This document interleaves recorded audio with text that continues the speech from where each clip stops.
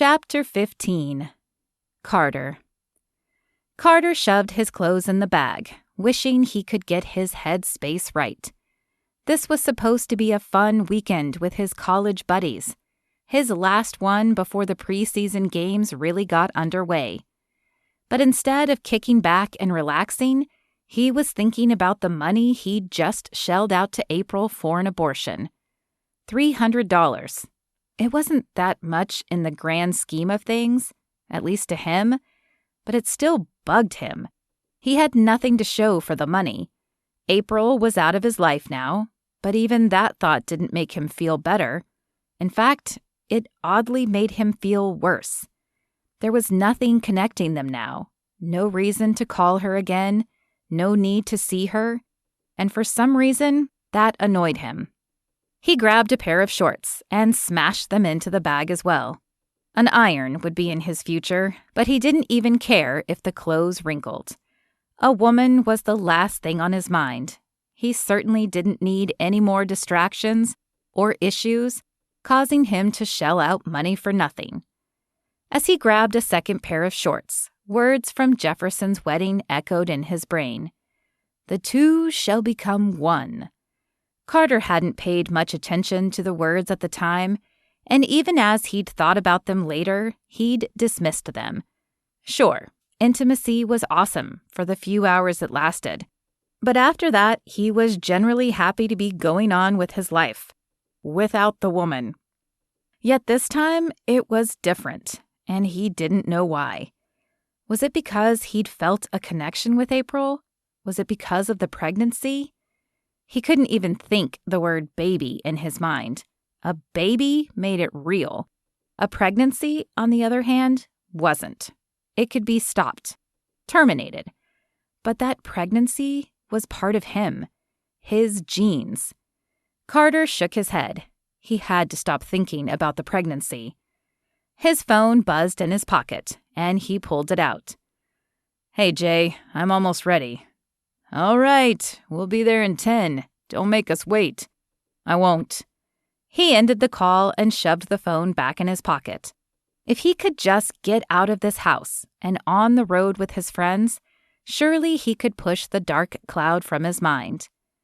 Carter threw the last few items in his bag and zipped it up.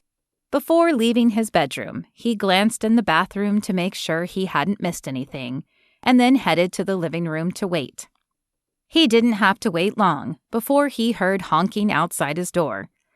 Locking it behind him, he threw his bag over his shoulder and jogged out to join the guys. "Where's Malone?" he asked as he opened the passenger door. Noah was sprawled in the back seat, but there was no sign of the man Carter would rather be around. "Whoa, what's with the storm cloud?" Jay asked as Carter buckled his seatbelt. "You look like your dog just died. You don't have a dog, right?" "No, I don't have a dog, and I really don't want to talk about it. Just drive." "Touchy. This must be about that girl, then." Carter folded his arms across his chest and turned his gaze out the window. He'd been hoping to not think about April on this trip, and now here she was, consuming the conversation at the very beginning. Maybe if he just told them, he could let her go and focus on enjoying himself. With a sigh, he turned back to Jay. "Yeah, it's about the girl. Evidently, we weren't careful enough, and she's pregnant." Jay let out a low whistle, and Noah shifted in the back seat in order to hear the conversation better. Jay let out a low whistle, and Noah shifted in the back seat in order to hear the conversation better. "What are you gonna do?" Jay asked. "I told her to take care of it," Carter said. "Gave her the money last night." "Good choice, man. You are way too young to be saddled with a kid," Noah said, before resuming his previous position. Either he figured the conversation was over, or he'd lost interest in the topic. "I have to agree with Noah," Jay said. "It sucks when that happens, but really, it's the best option for everyone involved. I've done it a few times myself, and I've never regretted it. Can you imagine me with a kid?" Carter couldn't, but he also couldn't believe Jay was being so cavalier about it. Just how many women had he knocked up? And how did he dismiss it? Carter wanted to brush it off, to forget about it altogether, but the nagging feeling just wouldn't seem to leave. So, it gets easier? What? The decision? Heck yeah, it gets easier. Are you really having second thoughts about it? Jay glanced quickly at Carter before returning his attention to the road. I don't know. Carter shook his head. I mean, I know it makes sense. We're not together, and neither of us want a kid right now, but something just bothers me about the whole thing. It's probably your religious friend getting in your head, Jay said. They start spouting all that stuff about life beginning at conception, and it gets to you. But it's all nonsense. It's just cells right now, and they certainly couldn't survive on their own. Carter thought about telling Jay that a 2-year-old couldn't survive on his or her own either, but that would only make him look more like a kook. Jay was probably right.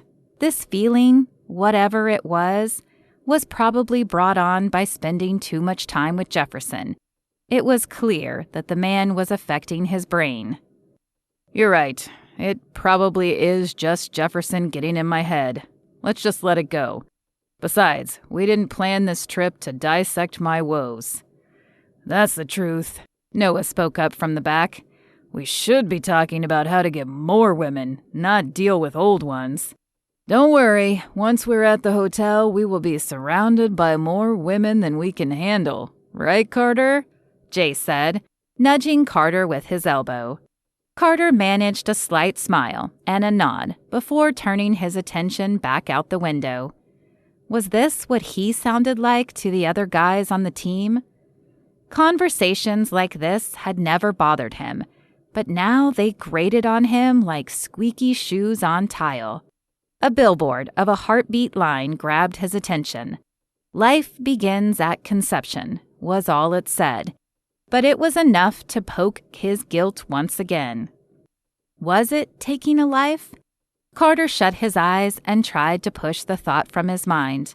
On the radio, the slow melody of a familiar song filled the air, and Carter found himself mouthing the words to the song by Creed, until the lyrics clicked in his head. We stand in awe, we've created life. Oh, good grief, this song was about becoming a parent? How had he never realized that before? And why did this have to be the song playing? He flicked the button to change the station. Hey, what was that for? Jay asked. I like Creed. Not that song, Carter said. Then, realizing he might be sharing too much, he added, It's too slow. We need some jams, am I right? Whatever, Jay said with a shrug, as Carter continued flicking until an upbeat rock song surged through the speakers. There, no chance of a song about a baby now. Relieved, he leaned back in the seat and glanced out the window again, just in time to see another billboard that sunk the knife in deeper. This one was for some insurance agency, but it depicted a mother and father beaming down at their newborn baby. Above them were the words for the most precious gift. This cannot be happening, Carter thought. But then Jefferson's words surfaced in the tumultuous ocean that was his mind right now. Don't make God do something drastic to get your attention. Was that what was happening here? Was God trying to get his attention? No, that couldn't be it.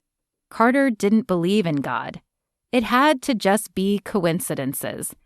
But even as he tried to convince himself of that, he knew it wasn't true. The odds were astronomical. The question was, what did he do now?